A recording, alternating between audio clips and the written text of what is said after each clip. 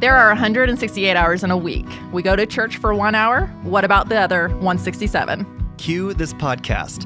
We're here to bring the church to you the rest of the week.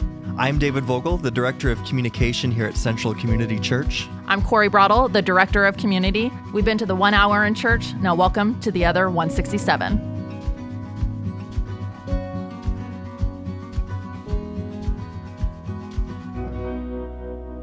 We are here today with a special episode for a couple different reasons. First of all, we're going to actually split this episode into two separate podcasts. So if you're listening today, make sure you come back next Wednesday. We'll have part two. The other special thing about this episode is we actually have two guests with us today instead of the traditional one. We've got Cathy Turner and John Oelze. They work at a local nonprofit called Hope Ranch for Women. And we're really excited for them to tell us what that's all about, what they do, and how we can even be involved in that.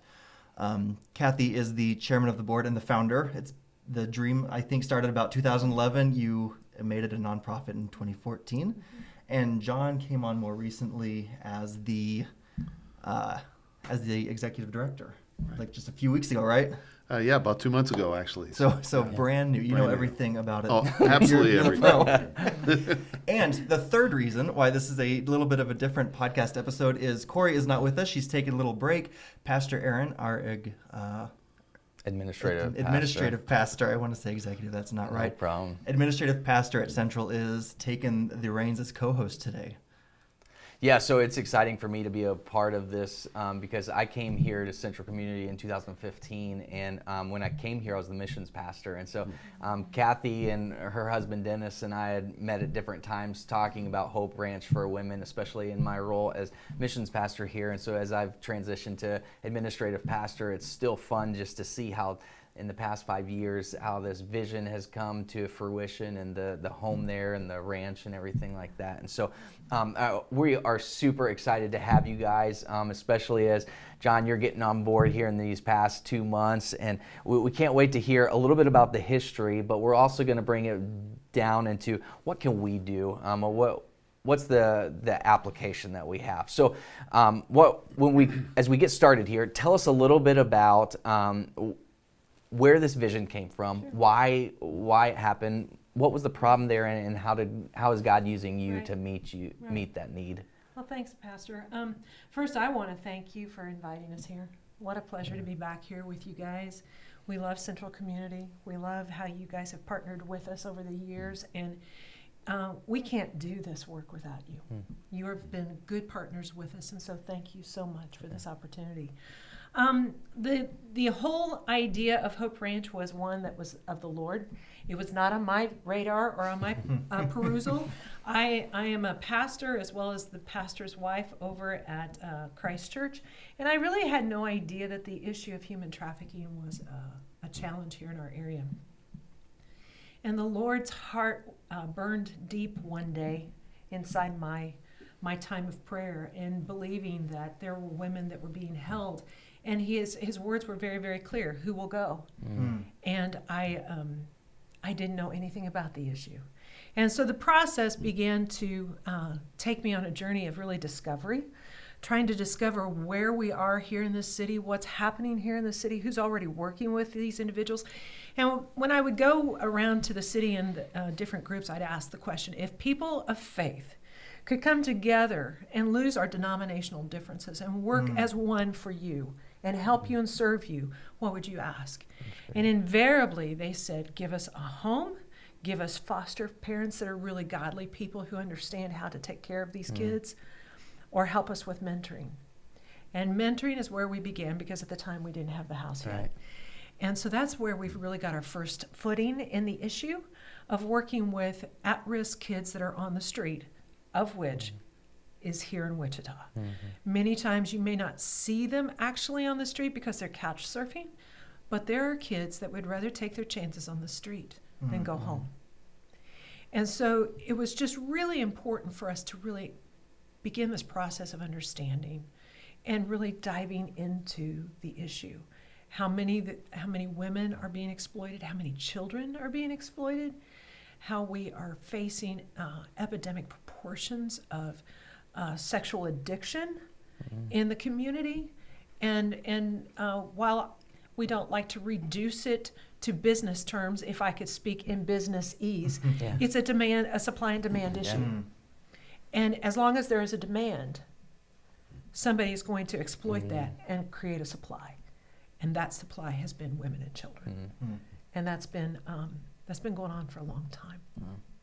I'm excited to talk about a little bit more on that supply and demand here in just a second. But John, you left a position at a church and started as in your role just 2 months ago. So tell me a little bit about like what was it that you saw that was drawing you into working in this industry, to working with Hope Ranch for Women?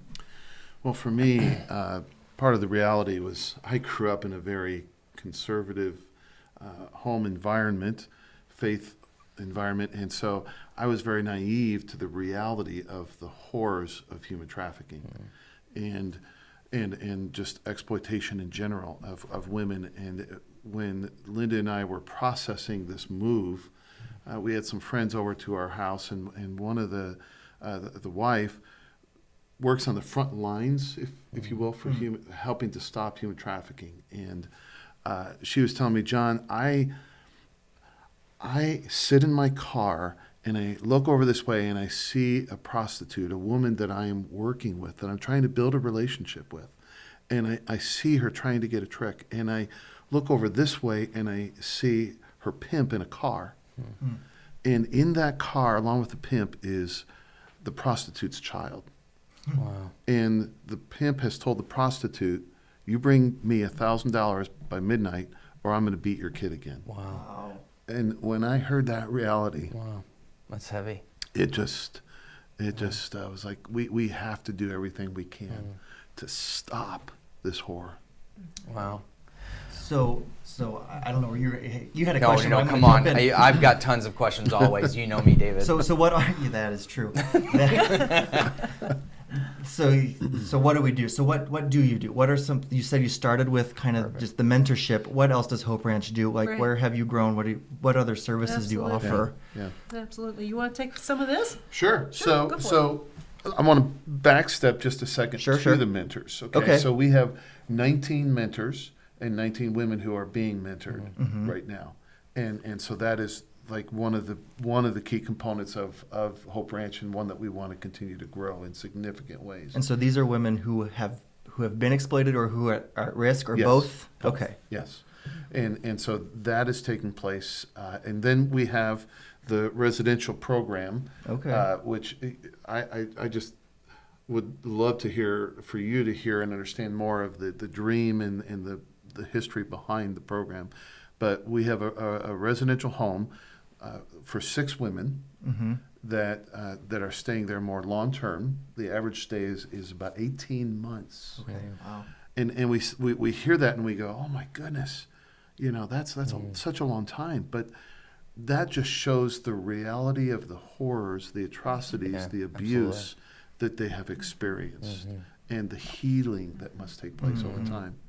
Yeah. So we have that. I don't know if you want to say more on that, and then Yeah, sure. zip into the air quality. That whole process of developing this residential program, everything we do is based on the reality that we're not looking at changing behavior as much as we want to help change the way a woman thinks. If we can help a woman believe differently, then her behavior follows her belief. Every woman that has been exploited in this way believes a lot of things about themselves, about other people, and about God that are simply not true. Experientially, they seem true. Experientially, they are very real. But the truth about themselves that other people have told them is not. And the truth about God is always a lie. And the only way the behavior catches up with a long-lasting change is if there's really transformational thinking that happens within the woman. So we work at really, really hard at diving down and finding out what it is they believe and offering them the exchange of what God says about them. And then they have the opportunity to say yes to that or to test it. Sometimes they take a lot of time testing it, testing the boundaries of this truth and really deciding whether that they can trust this newfound truth that they find about God and about themselves and about others. So we take them on a comprehensive look throughout all of life, in all dimensions of life, whether it's vocational or financial or family or emotional or intellectual, whatever that gamut is, we dive down and we find out what it is they believe, where they begin to believe it, and help them to see what God has to say about it. And when we talk about transformation and a process like that deep, 18 months now doesn't seem like that long of a time. I mean, that seems like a quick, pace. I mean, when you realize that most of many of the women that come in, I mean, their first need is just rest and a development of, I can trust that they're not actually going to use me in this. And so there's that going on. I mean, there's academically, we have had women who have come in who are reading at a first grade level of reading. And so there is so much that needs to be done in what we call the 8 dimensions of life, 8 different facets of life, from academic to, as Cathy mentioned, several of the others, of financial, and helping them to understand it, how to manage their finances, and understanding who God is and what role He wants in their life, in just being a part of everything that they do. Wow. So you've got that. Tell us a little bit about the equine I'm a ministry city kid, as but well. that means horse, right? Yes, that means horse. Sure. And I've been out there before, so it's one of those things that honestly it's probably a little hard to grasp even the depth of that until you get to see it. But tell us a little bit about that. Yeah. Sure. Well, for me, I'm going to I was speak going to first. say, you get to go first because you just So experienced it. I just did. I have my master's in counseling, okay, and so I got to admit, I was a little bit hesitant about, come on, what, they're a horse, sort of thing. And so my wife and I actually went out there. Linda and I went out a couple of weeks ago, and we were there for a 2.5-hour session, and it was just a really great time of being awakened again to who God is and His plan for our life and His love for us, and just awakening in a way that we completely were not expecting. I mean, because we go out there and it's like, well, now what? What do you, and we start walking around with this horse, and it starts going a different way than I was wanting it to go. But we have some facilitators that work and have been equipped and trained to work with us to help us to think through what experiences we are facing in our life or have faced, and using that relationship as we are connecting with a horse, and using that back and forth and understanding more of God and how God needs to be central in who we are and how we live our lives. And it's just an amazing thing. It's really, really cool. So how did this part of the ministry come about, and what would you like to add to that? Yeah.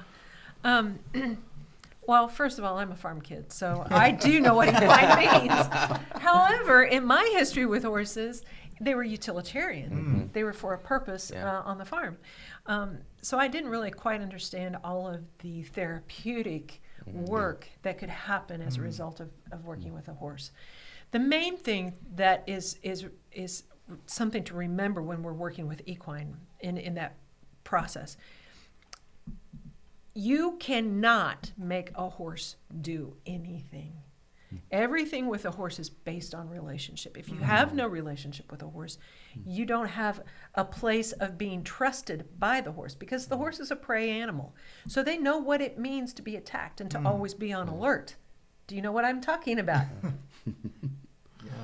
For women who are prey and have been preyed upon, they are always on alert. So this place of learning how to come beside a large animal that you have to build a relationship with, that they begin to trust you and you trust them and you become one, is super important. They also will push your boundaries. They teach boundaries. So if you don't have any boundaries, they're going to push them. They're going to push your leadership ability. And how this came about was, it was interesting. I just knew that horses were supposed to be a part of this. And I knew I was supposed to talk to this one woman in particular, but I had no reason to understand why.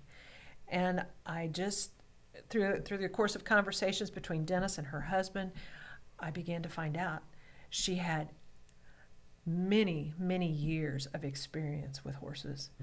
And she had the background to understand how to work with them. And she had the background psychologically also, how it all works and the therapeutic value. And then she went on and furthered even more of her understanding through what's called faith-based equine assisted learning. Wow. So you couple an animal that has been given by God, and you put that in the hands of somebody who's had so much experience with horses, who follows the Holy Spirit, and you have a perfect recipe of transformation. That's cool. That is cool. You have a perfect recipe. Because what can happen in the arena in 2 hours may take a therapist 10 or 12 sessions to be able to accomplish. Wow. And it's amazing to watch. It's a privilege because you're standing on holy ground in those places. It's cool. a privilege.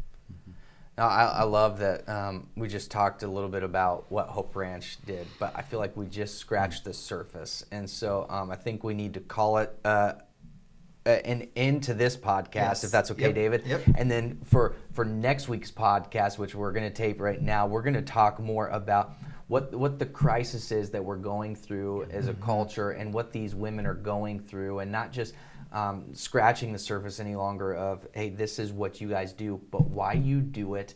What are the things that we can do as a church? So let's talk about that next.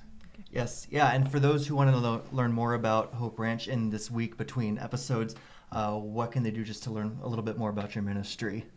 Well, I would recommend going on our website. It's hr4w.com. Okay. And you can learn a lot about us there. And then if you want to further contact us, you can contact us through our website. All right, great. Sounds good. We will come back to this conversation next week in our next podcast. Thanks for listening to 167. Please leave us a 5-star review on Apple Podcasts, Stitcher, or wherever you're listening from. And to keep up with everything at Central Community Church, follow us on Facebook and Instagram. And if you want to watch us record this podcast live, find us on YouTube. We think the 167 hours between church services are so important, and we hope you'll share this episode with your friends. Join us next week.